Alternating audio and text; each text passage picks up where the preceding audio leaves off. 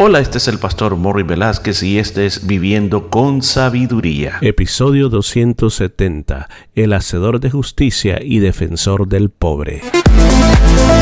Y en el programa de este día estaremos aprendiendo cómo aplicar la sabiduría de Dios a nuestra vida a través del libro de Proverbios. Muchos consejos muy hermosos basados en la palabra de Dios. Todo esto y mucho más en Viviendo con Sabiduría.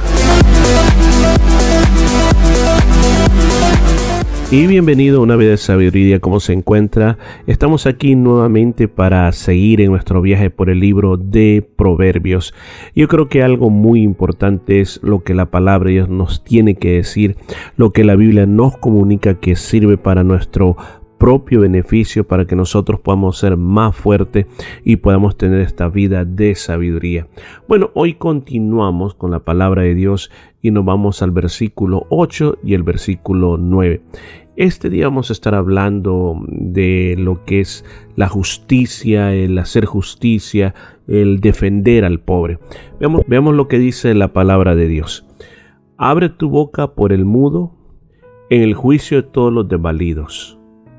Abre tu boca, juzga con justicia, defiende la causa del pobre y del menesteroso. Si usted se recuerda, estas palabras que estamos leyendo son las profecías que le dio la madre del rey Lemuel a su hijo, el rey Lemuel. Y él los está recordando a través de este último capítulo del libro de Proverbios. Entonces, ¿de qué comienza a hablar? Porque recuerden, son consejos que la madre le está dando al rey. Y dentro de los consejos habló sobre las mujeres, habló sobre las bebidas alcohólicas, habló sobre la importancia de que se haga lo correcto dentro de lo que es el reinado, dentro de lo que tiene que hacer un rey. Pero viene en el versículo 8 y dice que hay algo que es bien importante, algo que todo rey tiene que hacer. Le dice, habla por los que no pueden hablar. Habla por los que no pueden hablar. Y es una realidad que en el mundo donde nosotros hemos nacido, hay personas que tienen un poder de influencia muy grande. Inclusive hoy en día se ocupa la palabra influencers. Esos influencers son personas que a través de las redes sociales, la opinión que ellos dan causa acciones en muchas personas. Por ejemplo, hay personas de este tipo que lo siguen, por ejemplo, 1 millón de personas, otros 2 millones, puede tener hasta 200 millones de personas que lo están siguiendo. Entonces, la opinión de esta persona puede causar cosas buenas o cosas malas, como voy a poner un ejemplo, pero voy a obviar el nombre. Esta persona es un famoso de la farándula en Estados Unidos.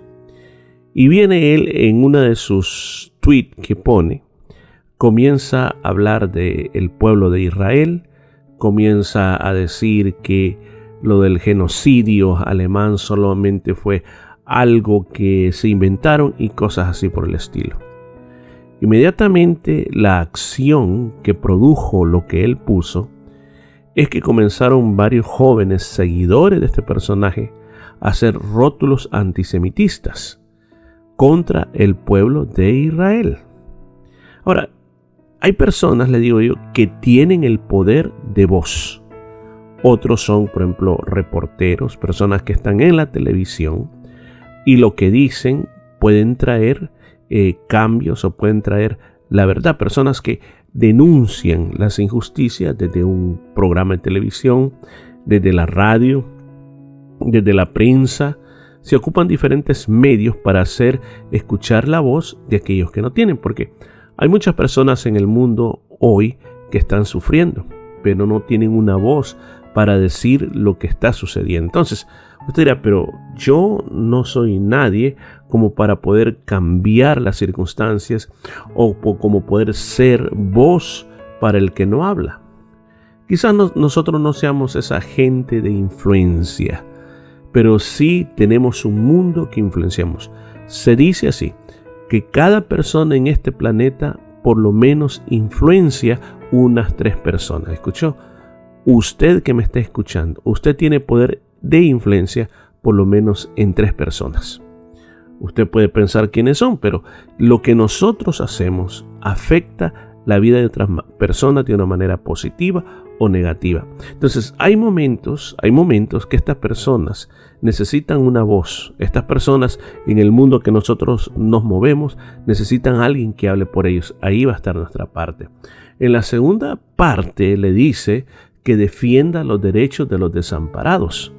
O sea, la persona desamparada es el huérfano, es la persona que le han quitado todas las cosas simplemente porque no tiene poder. O sea, hay personas que así como tienen poder para hablar y producir cosas por medio de la influencia que tienen, así también hay personas que se aprovechan de los pobres para despojarlos y para quitarles todo. Por ejemplo, en la Biblia se cuenta la historia del rey Acab, que él quería un viñedo que estaba a la par de su palacio y el hombre no solo quiso vender. Entonces la reina inventó, escucha esto, inventó que se hablara mal de este hombre, una calumnia que al final el dueño de ese viñedo terminó siendo condenado a morir a pedradas. Así Acab pudo hacerse de ese viñedo que tanto quería. Entonces se da cuenta cómo muchas personas poderosas en el mundo hoy en día están haciendo eso. Y entonces dice, pero ¿qué nosotros podemos hacer? Bueno, nos está diciendo que como cristianos nos unamos a defender la causa de las personas desamparadas. O sea, no estoy diciendo que te unas a un movimiento político, porque yo creo que hay personas que tienen ese coraje para ir y protestar, hacer escuchar su voz, pero de esto se trata. Recuerda que estamos hablando de una vida de sabiduría. Se trata de que no hagamos oídos sordos, que no nos hagamos los ciegos ante la injusticia, sino que tomemos una acción ante la injusticia en ese mundo donde tú vives. En el versículo 9 dice que hay que abrir la boca, y hacerle justicia. Ahora, cuando habla de esto, claro, él está dando un consejo al rey, que cuando vengan las personas con problemas, que él les ayude, que no se quede simplemente quieto, sino que haga al respecto algo para defender los derechos de los pobres y los necesitados. Imagínese usted, el Señor Jesús una vez contó una parábola de un rey que mandó a llamar a aquellos que le debían dinero y vino el que más dinero le debía. Cuando vino a él, este hombre le rogó tanto al rey que no le pusiera la pena que le tocaba, ya que la pena que le tocaba era que lo vendieran a él y a toda su familia y todas sus cosas para que el rey pudiera sacar el monto del dinero que se le debía. Pero el rey realmente fue movido a misericordia y le perdonó la deuda.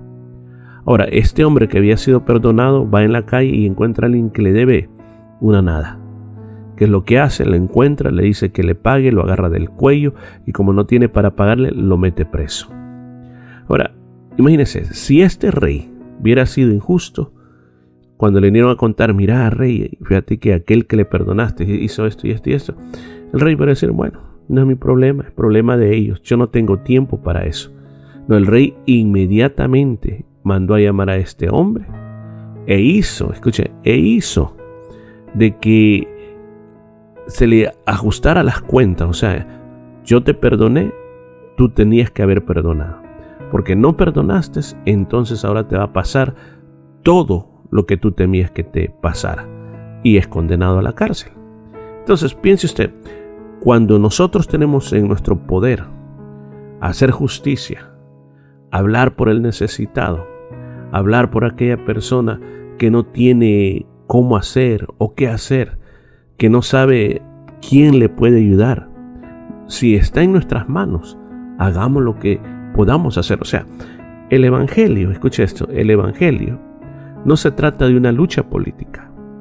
El evangelio no es una lucha política porque los cristianos apoyamos nuestro gobierno en el sentido de ser buenos ciudadanos.